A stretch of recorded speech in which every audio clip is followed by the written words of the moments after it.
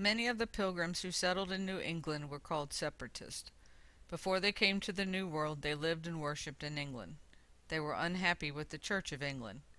They wanted changes made in the church.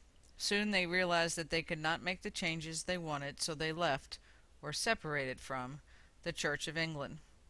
Since it was illegal to separate from the church, the separatists left England and moved to Holland where they could have their own religion. After 11 years of living in Holland, the separatists were unhappy. They wanted to find a place to live where they would be able to earn a good living, remain English subjects, and still have religious freedom. This could not be done in Holland or England, and other countries in Europe were on the verge of war. The Dutch gave them religious freedom, but good jobs were not available, and their children were becoming more and more like Dutch boys and girls.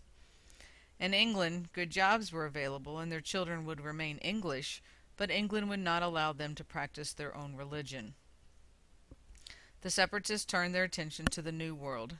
They had read books by explorers who described the wealth and beauty of this new land. Soon they were convinced that a colony in the Americas would solve their problems. But where would they go? And how could they possibly afford it? The separatists barely had enough money to move from England to Holland. They did not have enough money to establish a colony in the New World, nor did they have a claim to the land. The king, according to English law, owned all of the colonial land. The king gave grants of land or charters to companies. These companies granted permission for the colonists to live on the land.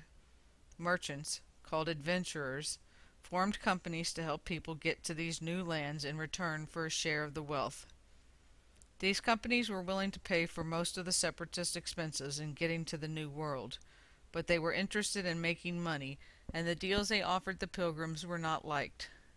Your group, like the Pilgrims, does not have enough money to cross the Atlantic and form a colony.